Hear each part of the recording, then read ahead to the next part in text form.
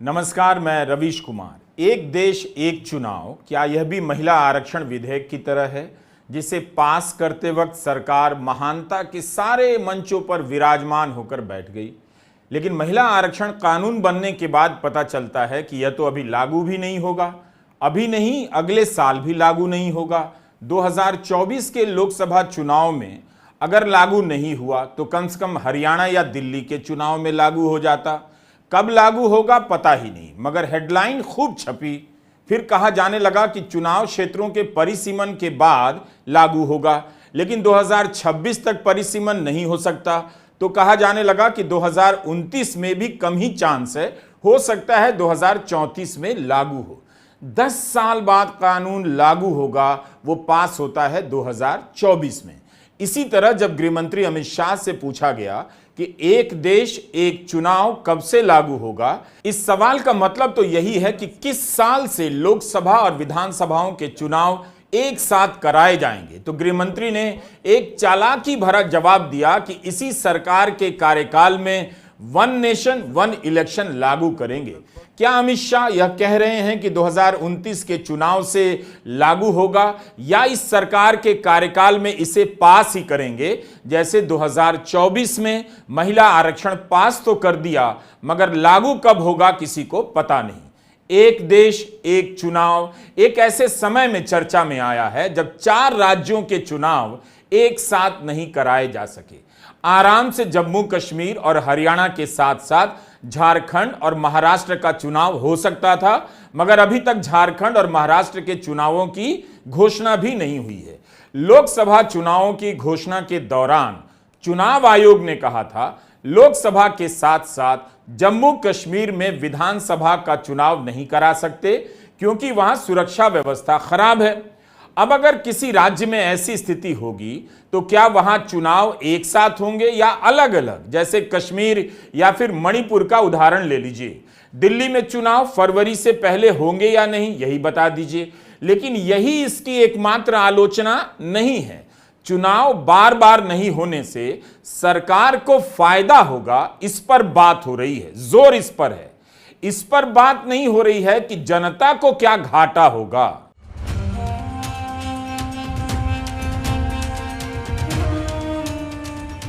कई राज्यों में एक पार्टी की 20-20 साल से सरकारें चल रही हैं। एक ही मुख्यमंत्री 20 साल 30 साल से पद पर विराजमान है। ऐसे राज्य क्यों नहीं शानदार तरक्की कर पाए? क्यों ऐसे राज्यों का प्रदर्शन कई मानकों पर औसत भी है और रद्दी भी है?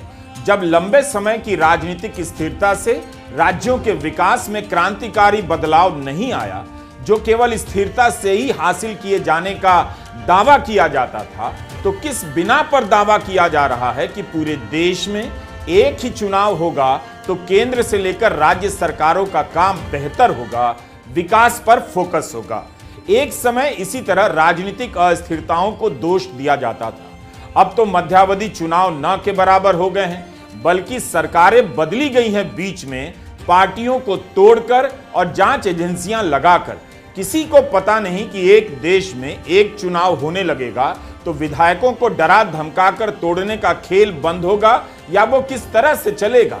इतनी चिंता है तो कानून बना दीजिए कि जिस पार्टी से जीतेंगे उसी पार्टी में रहना होगा। दल बदलेंगे अकेले या 50 लोगों के साथ भी, तब भी विधायकी से इस्तीफा देकर दूसरे दल में जाना होगा। क्या इस पर कोई फैसला कर पाएगा?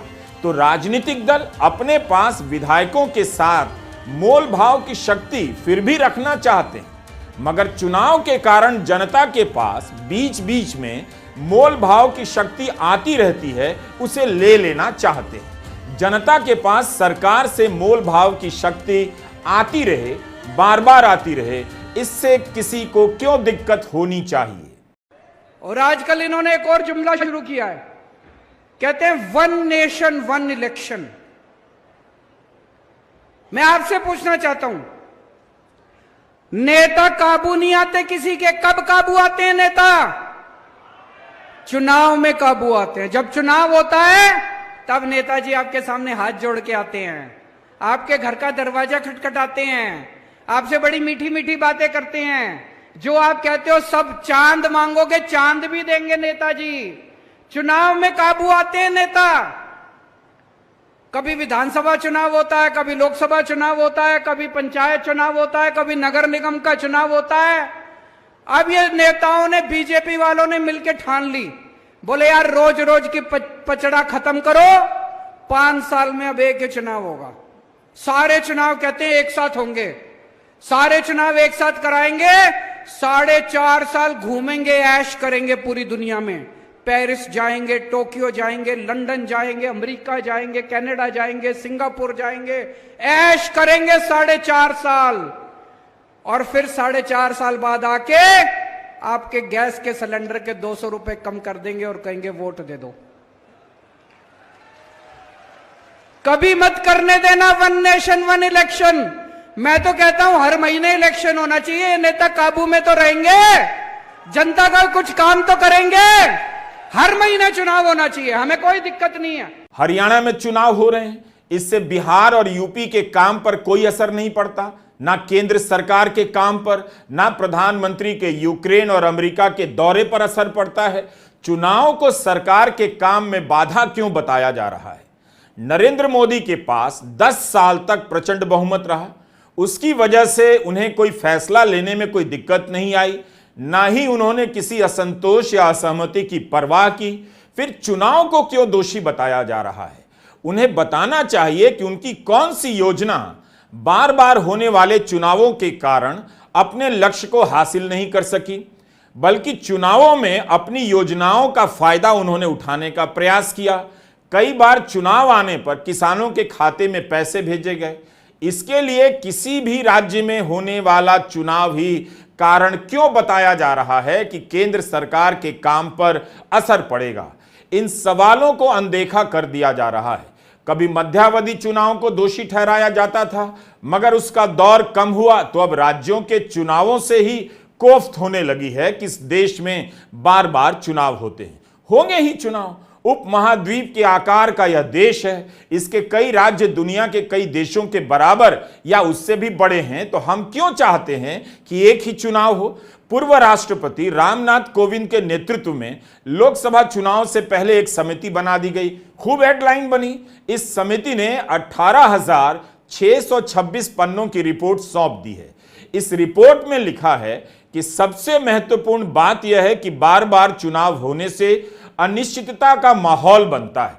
प्रत्येक चुनाव से कुछ महीने पहले यह अनिश्चितता सरकारी तंत्र को धीमा कर देती है। राजनीतिक दल भी चुनाव के नजरिए से फैसले लेते हैं। जब हर साल 4 से 5 राज्यों में चुनाव होते हैं तो 5 साल का आधा समय चुनाव में ही निकल जाता है। निश्चितता सुशासन के उद्देश्य से लिए जाने वाले निर्णयों के लिए महत्वपूर्ण है, जिससे तीव्र विकास को गति मिलती है। दूसरी तरफ अनिश्चितता से नीतिगत फैसलों में बाधा आती है। यहां पर केंद्र सरकार की ही बात हो रही है कि हर साल राज्यों में 4 से 5 चुनाव होते हैं तो 5 साल का आधा समय निकल जाता है। केंद्र का आधा समय क्यों निकल जाता है? क्या कभी आपने इस सवाल पर सोचा है क्यों केंद्र का आधा समय चुनाव में निकल जाता है? क्योंकि आप रिकॉर्ड निकाल कर देखिए, विधानसभा चुनावों से पहले केंद्र के मंत्री महीनों पहले से यात्राएं शुरू कर देते हैं, डेरा डालने लग जाते हैं। उसके बाद प्रधानमंत्री मोदी की चुनाव से पहले और बाद में रैलियां शुरू हो जाती हैं। अब तो रैलियों से भी ज्यादा चुनाव से पहले उन राज्यों में सरकारी कार्यक्रम सरकार के खर्चे पर आयोजित होते हैं। इसका खर्चा कोई नहीं जोड़कर बता रहा है कि यह नहीं होना चाहिए। अगर राज्यों में चुनाव के कारण केंद्र का आधा समय निकल रहा है तो इसके जिम्मेदार केवल एक ही व्यक्ति हैं, प्रधानमंत्री नरेंद्र मोदी और राज्यों के चुनाव में उनका घनघोर प्रचार।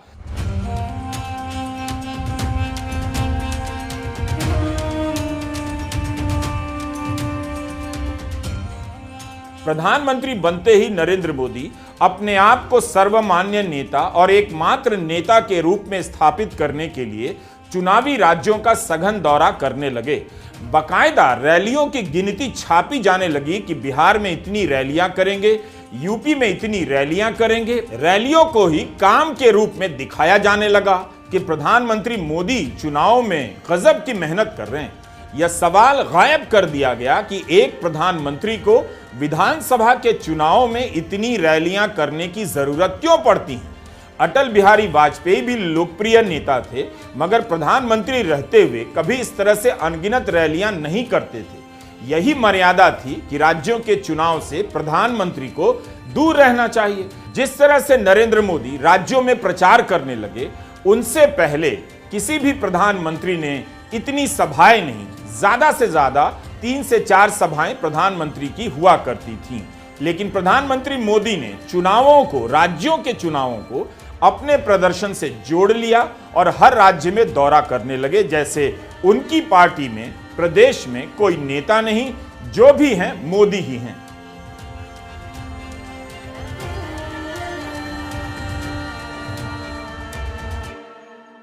एक तरीके से जो आज का यूथ है और आज का जो भारत है, जिसकी एक एस्पिरेशन है कि डेवलपमेंट तेजी से हो, चाहे इंफ्रास्ट्रक्चर का हो, चाहे एजुकेशन का हो, हेल्थ केयर का हो, चाहे एम्प्लॉयमेंट अपॉर्चुनिटीज का हो, चाहे मैन्युफैक्चरिंग का हो, उसमें इलेक्शन के प्रोसेस से बार बार जो बीच में एक तरीके से उन सब को एक स्मूथ तरीके से डेवलपमेंट चलता रहे। और इस पॉइंट ऑफ व्यू से बार बार ये रिकमेंडेशन, ये सजेशन देश में जगह जगह से अलग अलग फोरम से आया है। गौर से देखिए तो चुनाव के कारण केंद्र सरकार के काम पर असर पड़ने की समस्या केवल प्रधानमंत्री मोदी के कारण शुरू होती है, क्योंकि वे राज्यों के चुनाव में प्रदेश अध्यक्ष की तरह प्रचार करने लग गए। उनकी दर्जनों से भी ज्यादा रैलियां होने लगी। राज्यों के चुनाव में प्रधानमंत्री और केंद्रीय मंत्रियों की तैनाती इतनी बढ़ा दी गई कि राज्यों का चुनाव केंद्र का चुनाव लगने लगा, बल्कि राज्यों के चुनाव को केंद्र का चुनाव बनाया जाने लगा, ताकि वहां पर मोदी के चेहरे पर चुनाव जीता जा सके। इसकी कोई भी बात नहीं कर रहा, इसकी जगह चुनावों को ही समस्या बताया जा रहा है और एक नया आकर्षक स्लोगन लॉन्च हुआ है, एक देश एक चुनाव। सबको पता है यह अगर संभव भी हुआ तो बीच में सरकारें गिरेंगी, फिर से चुनाव होंगे। इस तरह आज हम जहां हैं, कुछ समय के बाद फिर से वहीं पहुंच जाएंगे। समिति ने सुझाव दिया है कि अगर बीच में कोई सरकार गिरेगी तो बाकी बचे टर्म के लिए चुनाव होगा। अगर कोई सरकार चुनाव से 1 साल पहले गिर जाएगी तो क्या 1 साल के लिए चुनाव होगा? तब तो एक चुनाव से पहले कई चुनाव होने लग जाएंगे। हमारी पार्टी के कुछ मौलिक सवाल थे और हैं। इस देश में 1960-62 तक तो वन नेशन वन इलेक्शन था, 52, 57, 62। उसके बाद ये माला टूटी। ये माला इसलिए टूटी कि जो एक डोमिनेंस था एक पार्टी का, उसको कई क्षेत्रों में चैलेंज होना शुरू हुआ। नॉन कांग्रेस गवर्नमेंट्स फॉर्म हुई कई अक्रॉस मेनी स्टेट्स। तो वो माला, उसकी जो रिदम थी, वो जो चेन था, वो टूट गई। मगर कई जगह अल्पमत की सरकार बनी, फिर मध्यावधि चुनाव हुए, फिर चुनाव हुए। कई बार कई राज्यों में 5 वर्ष के अंदर 2 या 3 चुनाव हुए, तो वो माला टूटी। अब इसकी क्या व्यवस्था होगी इसमें, क्योंकि हम तो नहीं जानते हैं मसौदा। 2 चीजें हो सकती हैं, एक पूरे देश में और राज्यों में एक साथ चुनाव हो, और अगर कहीं मान लीजिए उत्तर प्रदेश या मध्य प्रदेश में सरकार किसी की नहीं बनी, या तो आप प्रॉक्सी गवर्नमेंट राज्यपाल राष्ट्रपति के माध्यम से रखिएगा अगले चुनाव तक, या फिर चुनाव होगा। और अगर फिर चुनाव हुआ तो माला टूट गई, क्योंकि फिर तो ऐसा नहीं है ना सब भंग करके चुनाव करें। और सबसे बड़ी चीज है कि 240 के मैंडेट के बाद लगा था कि माननीय मोदी जी अब रोजगारोन्मुख चीजों पर बात करेंगे, डाइग्रेशन और कुछ नहीं है। वन नेशन वन इलेक्शन जो एक विविधता रही है, क्या अब तक के जो मेनी इलेक्शंस हुए, क्या उसने डेमोक्रेसी को कमजोर किया? नहीं। कोई ऐसी स्टडी है? नहीं। वन नेशन वन इलेक्शन इस सरकार का पुनः एक ऐसा ऑब्सेशन है जिसकी जड़ें कहीं नहीं है, सिर्फ इसमें कि डाइग्रेशन हो, कुछ दिन हेडलाइन मैनेजमेंट हो, चर्चा हो, क्योंकि आपके पास इस तरह की कंटिजेंसीज के लिए क्या प्रावधान है, नोबडी नोस। मनोज झा ने इंडियन एक्सप्रेस में उन तर्कों का जवाब देने की कोशिश की है जो वन नेशन वन इलेक्शन के पक्ष में दिए जाते हैं। अगर आचार संहिता के कारण सरकार का काम प्रभावित होता है तो आचार संहिता में बदलाव किए जा सकते हैं, जैसे जिन राज्यों में चुनाव है उसे लेकर चुनाव आयोग सक्रिय निगाह रखे तो बाकी जगह दिक्कत नहीं होगी, और चुनाव कम दिनों में पूरे हों यह भी चुनाव आयोग के हाथ में है और किया जा सकता है। रही बात खर्चे की, तो हमने चुनावी खर्चे को कम करने के लिए क्या प्रयास किया, क्या हासिल किया, यह सवाल मनोज झा अपने लेख में पूछते हैं। कहते हैं कि सवाल खर्चा बचाने का नहीं, जो अथाह पैसा खर्च हो रहा है उसे नियमित करने का है। इस सवाल पर अभी कोई स्पष्टता नहीं है कि जब केंद्र की सरकार गिर जाएगी तो क्या उसके साथ सभी राज्यों के चुनाव होंगे। समिति का प्रस्ताव है कि अगर किसी विधानसभा के बीच में अविश्वास प्रस्ताव या त्रिशंकु विधानसभा की वजह से सरकार भंग होती है, विधानसभा भंग होती है, तो वहां नए चुनाव होंगे, लेकिन फिर उनका कार्यकाल छोटा होगा और बचे हुए समय के लिए होगा जो लोकसभा के साथ समाप्त माना जाएगा। इस रिपोर्ट का कहना है कि राज्य सरकारों जिनका टर्म बचा रहेगा वो भंग कर दी जाएंगी, केंद्र उनको भंग कर देगा। क्यों भंग कर देगा भाई? और 17 राज्य सरकारें ऐसी होंगी जो उनका 2-3 साल बचा रहेगा 2029 तक, तो उनको क्यों भंग कर दिया जाएगा और वो क्यों ऐसा होने देंगी? और ये क्यों असंवैधानिक और अलोकतांत्रिक नहीं है? तो राज्य सरकारों को भंग कर देंगे ये। और इसमें एक बड़ी अजीब बात है, अगर कोई राज्य सरकार गिर जाती है तो वहां चुनाव होगा, लेकिन सिर्फ उस अवधि के लिए होगा जब तक लोकसभा चुनाव नहीं हो रहा है। मतलब चुनाव भी होगा, खर्चा भी वहन होगा, सारा बंदोबस्त भी होगा, लेकिन उसी अवधि के लिए। मैं तो एक सवाल पूछना चाहती हूं, मान लीजिए केंद्र सरकार गिर जाती है, जो बड़ी संभावना है मोदी जी की 2025 में गिरने की, तो क्या आप सारी राज्य सरकारों को भंग कर दीजिएगा? ये कौन सी इकोनॉमिक्स है, ये कौन सा लॉजिक है? ये सिर्फ मोदी जी ही बता सकते हैं। मोदी सरकार के दौर को मैं कई बार अलग अलग नामों से पुकारता रहा हूं। थीम एंड थ्योरी की सरकार, बहसोत्पादन की सरकार, नेशनल सिलेबस की सरकार। मतलब मूल समस्याओं पर बात नहीं होगी, लेकिन मुद्दों के नाम पर ऐसी ऐसी कल्पनाएं पेश की जाएंगी जिन पर कई महीने बहस चलती है और फिर बहस गायब हो जाती है। इस थीम एंड थ्योरी में आप नोटबंदी से शुरू कीजिए, फिर नागरिकता रजिस्टर को शामिल कीजिए और इसी तरह से एक देश एक चुनाव को देखिए। थीम एंड थ्योरी लॉन्च कर आपको यकीन दिलाया जाता है कि आपके और राष्ट्रीय जीवन की कई समस्याओं का समाधान इसलिए नहीं हो पा रहा है क्योंकि देश में बार बार चुनाव होते हैं। एक देश एक चुनाव उसी कल्पना का नाम है जिसके सहारे हर दिन डिबेट का टॉपिक खोजने वाले टीवी के फालतू एंकरों को व्यस्त रखता है। इन एंकरों से सरकार की नाकामी पर बहस तो हो नहीं पाती, आइडिया तो आता नहीं, तो एक कल्पना लेकर सरकार की तरफ से बैटिंग करने लगते हैं। बीच बीच में लाइन ड्रॉप करते हैं कि आइडिया अच्छा है मगर प्रैक्टिकल नहीं है। देखिए सरकार आपके भले के लिए कितना बड़ा नया सपना लेकर आई है आपको बताते हैं, मगर स्किल इंडिया, स्मार्ट इंडिया, आत्मनिर्भर भारत के सपने की समीक्षा का पता नहीं उनके कार्यक्रमों में। एक देश एक चुनाव पर संवाद चर्चा शुरू हो चुकी है। हमें इस दिशा में आगे हो रहा है और मैं चाहूंगा कि देश ने बार बार चुनाव इस देश की प्रगति में रुकावट बन रहे हैं, गतिरोध पैदा कर रहे हैं। आज कोई भी योजना को चुनाव के साथ जोड़ देना आसान हो गया है क्योंकि हर 3 महीने 6 महीने कहीं न कहीं चुनाव चल रहा है। कोई भी योजना जाहिर करोगे आप तो मीडिया में देखेंगे चुनाव आया तो फलाना हो गया, चुनाव आया तो फलाना हो गया। हर काम को चुनाव के रंग से रंग दिया गया है और इसलिए देश में व्यापक चर्चा हुई है। सभी राजनीतिक दलों ने अपने विचार रखे हैं। एक कमेटी ने बहुत बढ़िया अपना रिपोर्ट तैयार किया है। वन नेशन वन इलेक्शन के लिए देश को आगे आना होगा। मैं लाल किले से तिरंगे की साक्षी में देश के राजनीतिक दलों से आग्रह करता हूं, देश के संविधान को समझने वाले लोगों से आग्रह करता हूं कि भारत की प्रगति के लिए, भारत के संसाधनों का सर्वाधिक उपयोग जन सामान्य के लिए हो, उसके लिए वन नेशन वन इलेक्शन के सपने को साकार करने के लिए हमें आगे आना चाहिए। ध्यान से सुनिए प्रधानमंत्री क्या कह रहे हैं। चुनाव से जनता को दिक्कत नहीं है, बल्कि सरकार के फैसले को जनता चुनाव से जोड़कर देखती है तो वह दिक्कत हो गई। यह कौन सी दिक्कत है और क्यों दिक्कत है? मीडिया में कैसे देखा जा रहा है, इस आधार पर सारे देश पर एक चुनाव जैसी अव्यावहारिक और अलोकतांत्रिक फैसला थोप दिया जाएगा।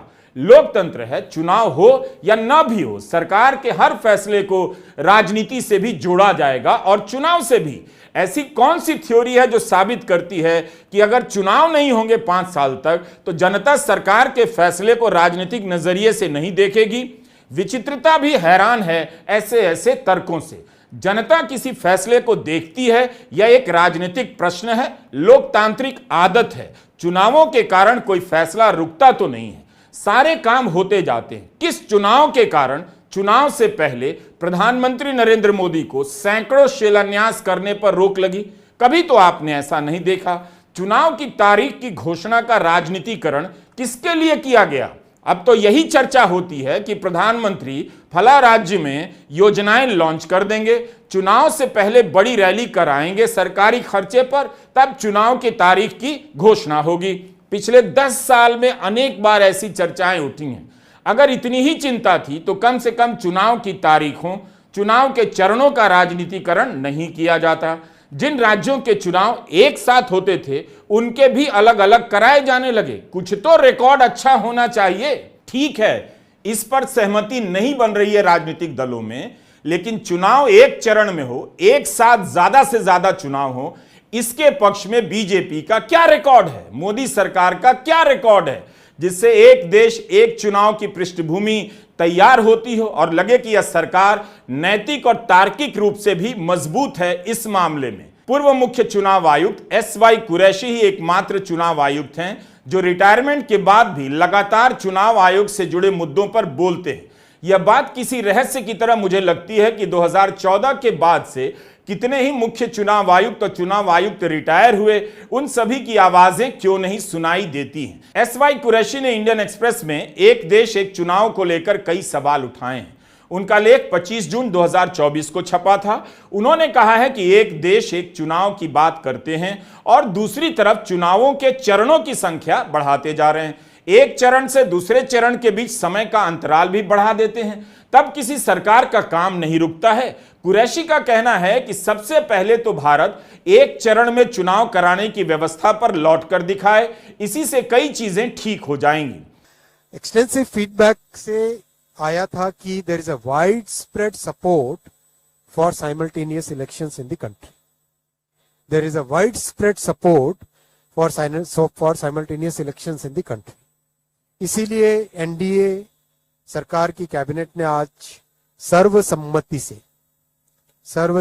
से अब इन रिकमेंडेशंस को एक्सेप्ट किया और इसका इम्प्लीमेंटेशन 2 फेजेस में होगा, जैसा कि कमेटी के रिकमेंडेशंस में है। फर्स्ट फेज में लोकसभा और असेंबलीज के इलेक्शंस को साइमल्टेनियस कराने का प्रयास होगा और उसके सेकेंड फेज में लोकल बॉडी इलेक्शन से जो है ग्राम पंचायत, जिला पंचायत, ब्लॉक में पंचायत समिति और जितने भी अर्बन लोकल बॉडीज हैं, चाहे म्यूनिसिपैलिटीज हो, चाहे म्यूनिसिपल कमिटीज हो, चाहे म्यूनिसिपल कॉर्पोरेशन हो, उन सब के लोकल बॉडी इलेक्शंस को with in 100 days of general elections में करवाना, जिससे कि एक बार में सारे इलेक्शन का प्रोसेस कंप्लीट हो और फिर 5 साल तक सब के सब मेहनत करके देश के निर्माण में लगे। कोविंद कमेटी की रिपोर्ट में लिखा है 62 दलों से राय मांगी गई, जिनमें से 31 ने समर्थन किया, 50% दलों ने विरोध किया है। कांग्रेस ने समर्थन नहीं किया। बीजू जनता दल, तृणमूल कांग्रेस, समाजवादी पार्टी, राष्ट्रीय जनता दल, आम आदमी पार्टी जैसे कई प्रमुख दलों ने समर्थन नहीं किया है। कुल मिलाकर समर्थन नहीं करने वाले दलों की संख्या बहुत ज्यादा है। कुछ अन्य की राय मीडिया रिपोर्ट में स्पष्ट नहीं है। 10 साल से एक देश एक चुनाव पर आम सहमति बनाने की बात हो रही है। क्या मोदी सरकार राजनीतिक दलों के बीच सहमति का इंतजार करेगी या यह फैसला भी नोटबंदी की तरह देश पर थोप देगी? परिवारवाद की तरह प्रधानमंत्री मोदी ने भी इसे मुद्दा बनाया, अपने भाषणों में जगह दी। अंत में परिवारवाद के मुद्दे पर उनकी हालत देखिए, पार्टी की हालत देखिए। दूसरे दलों से परिवारवादी नेताओं को लाना पड़ा। परिवारवाद की तरह प्रधानमंत्री मोदी ने इसे भी मुद्दा बना लिया है। अंत में परिवारवाद के मुद्दे की यह हालत हो गई कि दूसरे दलों से परिवारवादी नेताओं को लाना पड़ा और परिवारवादी दलों से गठबंधन करना पड़ा। बड़ा सवाल है कि इस मुद्दे पर आम सहमति क्यों नहीं बन पा रही है, क्योंकि अगर यह लागू हुआ तो इससे कुछ भी हासिल नहीं होने वाला है। करीब 18,626 पन्ने की ये रिपोर्ट है। मुझे तो पहली आपत्ति खैर यही है कि इस रिपोर्ट के जो जनक हैं वो एक पूर्व राष्ट्रपति हैं और ऐसा नहीं करना चाहिए था। पूर्व राष्ट्रपति को इस तरह का चुनावी काम, पॉलिटिकल काम ऐसी इसको नहीं हेड करना चाहिए था। मुझे तो ये भी आपत्ति है कि उस कमेटी में खरगे जी को नहीं रखा गया, जबकि वो नेता प्रतिपक्ष है राज्यसभा में। गुलाम नबी आजाद को रखा गया जो राज्यसभा के मेंबर ही नहीं है। उसमें साल्वे जी हैं जो मोइन कुरैशी के साथ पार्टी करते हैं। खैर उससे हट जाइए तो उस रिपोर्ट की ही चर्चा कर लेते हैं। ये report one nation one election तो सबसे पहले तो है ही नहीं, क्योंकि ये कहती है कि एमएलए एमपी का चुनाव एक साथ होगा, मतलब 5,000 लोगों का, और पंचायती राज 100 दिन बाद होगा। तो ये वन नेशन वन इलेक्शन कैसे हुआ? 5,000 लोगों का चुनाव एक साथ होगा, फिर पोलिंग स्टेशन बनेंगे, फिर पोलिंग पार्टी बनेगी, फिर बंदोबस्त होगा, फिर सिक्योरिटी फोर्सेस आएंगे, करीब 1.5 करोड़ लोग फिर से लगेंगे इस पूरी प्रक्रिया में, क्योंकि 30 लाख जो निर्वाचित होते हैं हमारे पंचायती राज के लोग, वो तो वन नेशन वन इलेक्शन में आई नहीं, पहली चीज। दूसरी चीज, ये कौन सी वुडू इकोनॉमिक्स जिस शिगुफा छोड़ा जा रहा है? इससे खर्चा कम हो जाएगा। भैया कैसे खर्चा कम हो जाएगा? इसको कराने के लिए आपको 3 गुना वीवीपैट चाहिए, 3 गुना ईवीएम चाहिए, उनको बनाने के लिए आपको वक्त चाहिए, वो मैन्युफैक्चर होंगी अभी। लेकिन उसके अलावा सबसे बड़ी बात है उसमें जबरदस्त खर्चा होगा। ये खर्चा हम और आप वहन करेंगे। देश नोटबंदी के समय के सपनों की दुर्गति देख चुका है। एक देश एक चुनाव सुनने में आकर्षक लगता है, लेकिन यह एक बड़ा फैसला है। यह फैसला इसलिए देश पर नहीं थोपा जाना चाहिए कि सरकार इसके जरिए यह बताना चाहती है कि 240 आने के बाद भी वह पहले की तरह बड़े फैसले लेने में सक्षम है। फैसला अच्छा होना चाहिए और तर्कसंगत होना चाहिए, वही फैसला अपने आप में बड़ा हो जाता है। इस तक पहुंचने के लिए सारे पहलुओं पर ठीक से सोचा जाना चाहिए। इसकी कोई गारंटी नहीं है, कोई अध्ययन नहीं है और इसका कोई आधार नहीं है कि देश में चुनाव एक ही बार होंगे, 5 साल में एक ही बार होंगे तो सरकारें जबरदस्त काम करेंगी। कायदे से खराब सांसदों और विधायकों को 5 साल के पहले मतदान के जरिए वापस बुलाने की व्यवस्था होनी चाहिए, लेकिन 5 साल तक चुने जाने के बाद ये नेता क्षेत्र में नहीं जाते। टिकट के समय इनका पत्ता कट जाता है, नया चेहरा आ जाता है, जनता को हिसाब लेने का मौका नहीं मिलता। क्या इसका भी कोई उपाय निकाला जा रहा है? तो बातें अच्छी लगे सुनने में और पढ़ने में, हेडलाइन अच्छी लगे, इसलिए इस फैसले को सराहा नहीं जाना चाहिए, इस तक नहीं पहुंचना चाहिए, जल्दबाजी नहीं करनी चाहिए। नमस्कार, मैं रवीश कुमार।